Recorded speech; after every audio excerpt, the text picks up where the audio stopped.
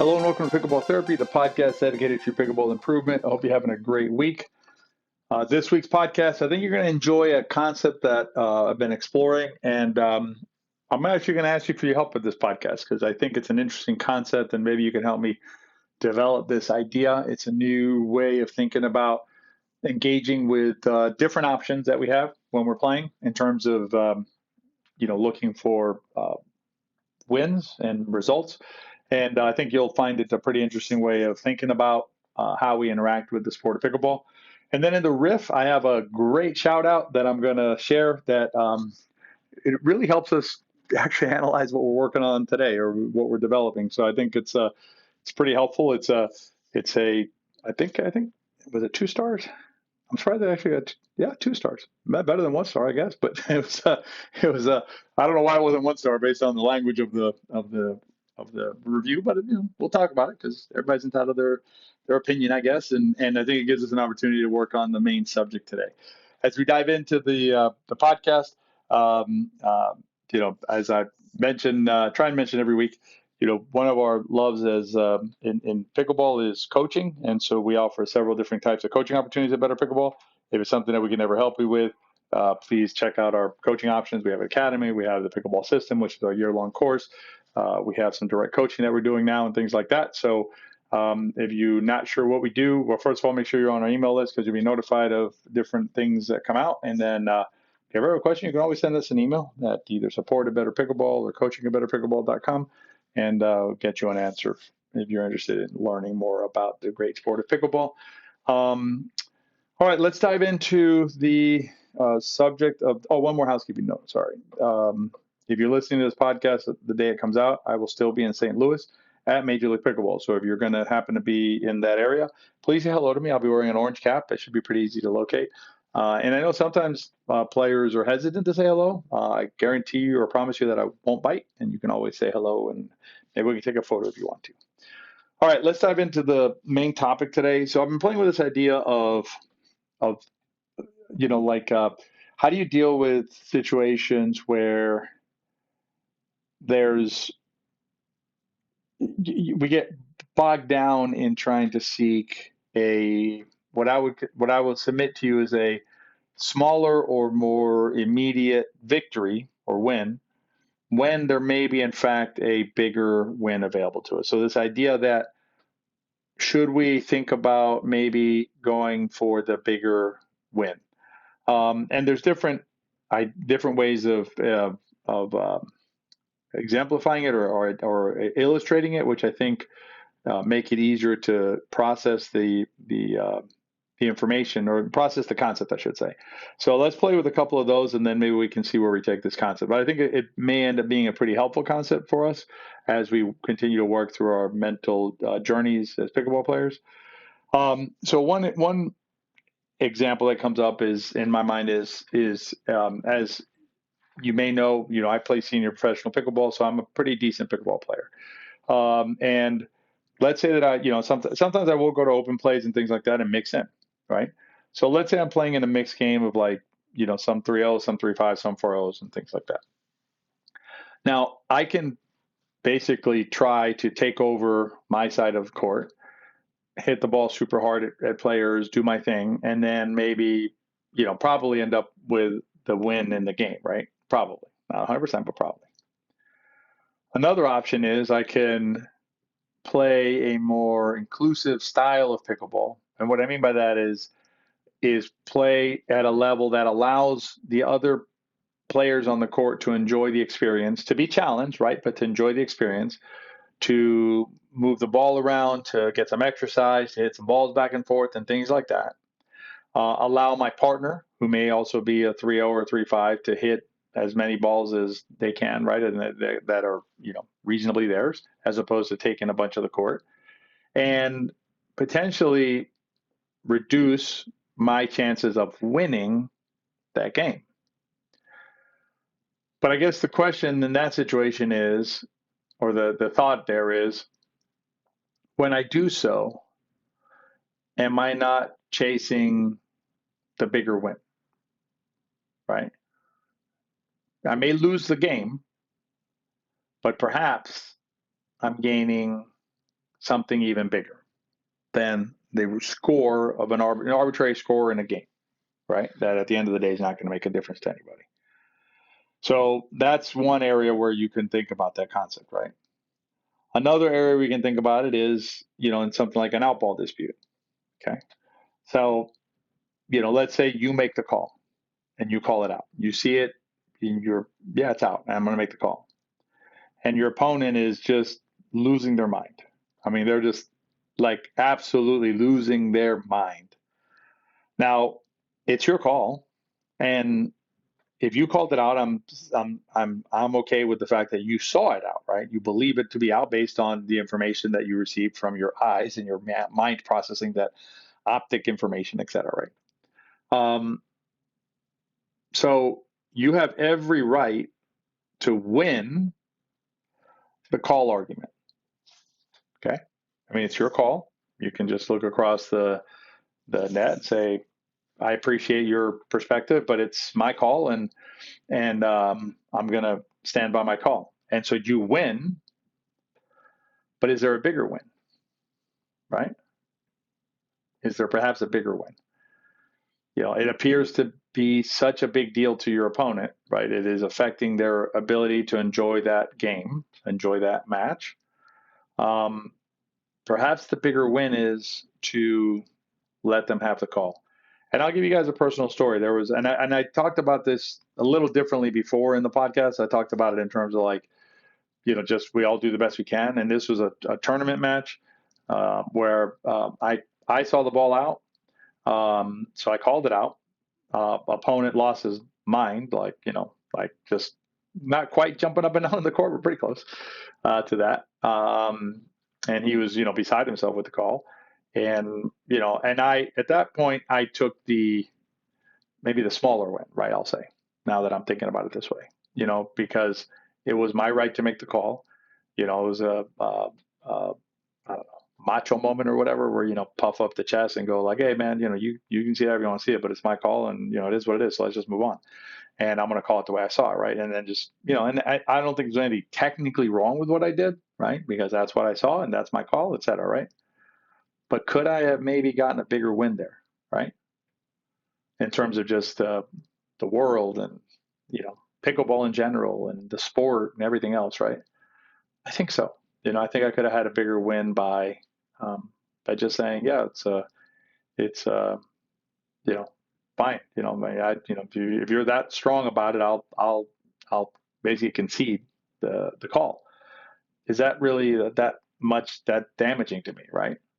I mean, it's kind of like, I don't know if you watch soccer or not, but I watch soccer, and one of the things that drives me insane is, the players. Most players are trained to challenge every ruling, everything, and so like it's almost like they never commit a foul, which is silly because of course they're going to commit fouls. It's a contact sport, it's a physical sport, and so um, it becomes kind of silly for them to do that, right?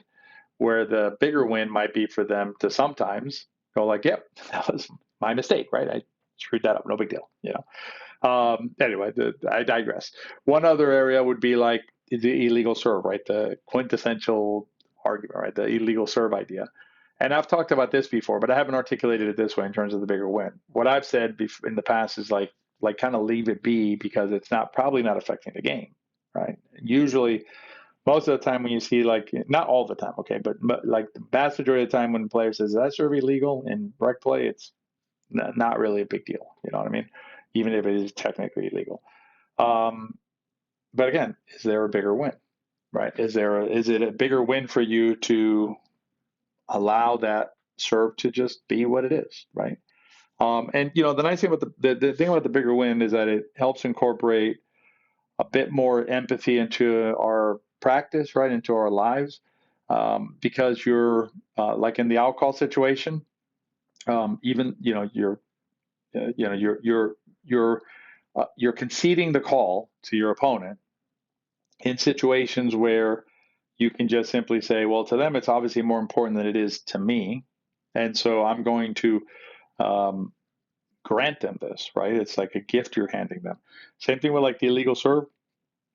sometimes it could be they're just not comfortable serving any other way, right? And so you make them serve the legal way, they're going to miss their serve and not want to play because they feel pressure, or maybe their arm bothers them, or whatever. I mean, there's myriad reasons why not a lot, but why some players may serve in a manner that's illegal.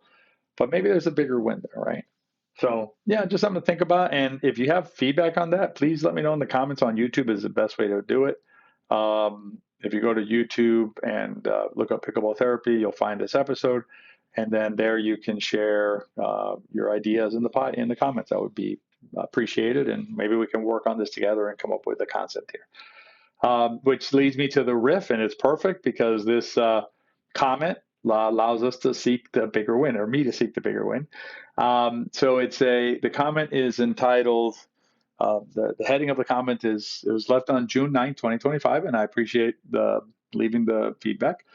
Long-winded nonsense is the name of the comment, or the feedback. I don't know, again, why it's 2 stars, but I guess thank you for giving me 2 stars instead of 1.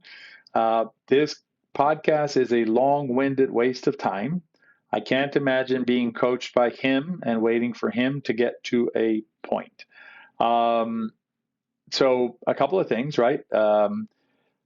It's, one is the idea of Sonder that I just mentioned. Obviously this person is entitled to navigate the earth the way that they want to navigate it. Frankly, I'm always a little bit surprised that someone would listen to the entire podcast, if they're not enjoying what they're hearing, but that's okay. Appreciate you listening to the podcast. And like the big win and the small win here, right? So the big win the small win would be for me to like take issue with this, right? I think that's what I'm playing with in my head, right? With this small win, big win. So the small win here would mean to me like go toe to toe with this person. And actually, the comment I just made probably is a little bit of a small win idea, right? I'm just fighting them about it. I have to share this with you because it's kind of curious. So the name of the avatar, the username here is I wasted my time 619. So I don't know if that's a common thing that happens to this person, and maybe that's baked into how they're seeing things, right? That things like this that aren't like this quick little fix or a waste of time potentially. I'm not sure. But when I look at it in terms of bigger win, right? I try to think of what is this like? What this illustrates to me, or points out to me, is how we're, as a society, right? We're moving away from deep and maybe lengthy sometimes. And sure, I guarantee you that I speak a little longer than others, but it's because I'm trying to explore something, or I'm trying to go deeper on something, or explain it at a different level than like a TikTok or a quick Instagram kind of video. But we live in a world where everything now is short, and frankly, like our social media consultants, they're always like, yeah, you have 30 seconds, or you got. I think right now, we're 30 seconds in total, I should say. We're down to like 3 seconds to get attention, or 4 seconds. I mean, it's like a really compressed attention span. So, when you see this kind of a comment, right, perhaps that's just this person is, is conditioned this way. And it's unfortunate from my perspective that, that the person is looking for just quick hits, right? It's, and frankly, I don't know how to do it in a mental. If I did, I would. Listen, I'd be happy to give you like a 5-second thing on the mental and everything is fixed. But that's not my experience anyway of how the mental has worked for me, nor my experience of how it's worked with other players for whom it's been effective, right? It's a process. You have to think about it. Sometimes, I may say the same concept 3 different ways, and the first 2 ways don't land, and the third way it lands, and now we have progress, right? So that's part of this process as well.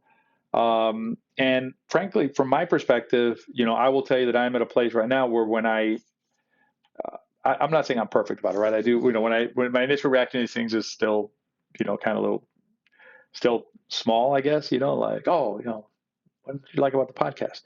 But then, as I let it simmer a little bit, let it sit a little bit, then I ask myself about the Sonder, right? And how we're being conditioned in our attention spans. And then lastly, I honestly, I wish that I hope for this player, I assume it's a player, but I hope for this player that he or she finds a way to interact with longer form content in a way that is productive for them, because I think that there's a lot of benefit to that in the long term for them. The same way that it's the same hope that I have for players looking to improve their mechanical skills in the game or their strategic skills in the game. Whenever we're looking for those quick hits and things like that, that's not how things work, and it ends up being counterproductive most of the time. And those quick, like, fix things, when you explore them, oftentimes they're missing pieces or they're incomplete, but I guess the same thing. Missing pieces, incomplete, or they lack substance to them, but they seem really good on the surface. So anyway, so that's my thought there on that. Again, appreciate them sharing their feedback about the episodes and the podcast. But is there a bigger win for me as a podcast, a content creator? Yes, and I think the bigger win here is to encourage the player, whether it's this voice or another voice, to find long form content that can help them with their mental journey. Because if they listen to this podcast, my guess is they did so because they're in need of something in the mental side of their game, in the mental side of their development as players. And if they can find the voice that resonates with them, that helps them, I'm all for that. So all right, so let's keep working on this concept of bigger wins. Think about it when you're out there, right? Maybe you'll come up with something as you engage with the sport, as you interact with other players. See if you can find moments to have that bigger win. A dispute over a paddle placement. A player who doesn't want to play in a certain formation on the court. Whatever, the things that are normal that happen in daily pickleball life that are less than agreeable for us. See if you can find an area where you can look for the bigger win, look for the bigger picture thing that you can do that is better for the situation than simply winning the small victory, which is the game or the argument or the whatever. See if there's a way to pivot that towards a bigger win, and then share it with us, right? And again, the best way to do that would be in a comment to the YouTube video that accompanies this podcast. So, and as always, if you have a moment to rate and review the podcast, really appreciate you doing that. And lastly, please share the podcast with your friends, because if you enjoyed the podcast and if it helped you along your mental journey, it will probably help your friend as well. I'll be at the MLP this week, so if you're up there, please say hello. Next week, probably going to do an archive episode, because I will be out of town with family. Got a family summer trip planned with the grandkids and everybody. So, so next week will be an archive episode going into the vault, and then the week after that, we'll be back into our regular programming. I hope you have a great week, and I'll see you on the next episode of Pickleball Therapy. Be well.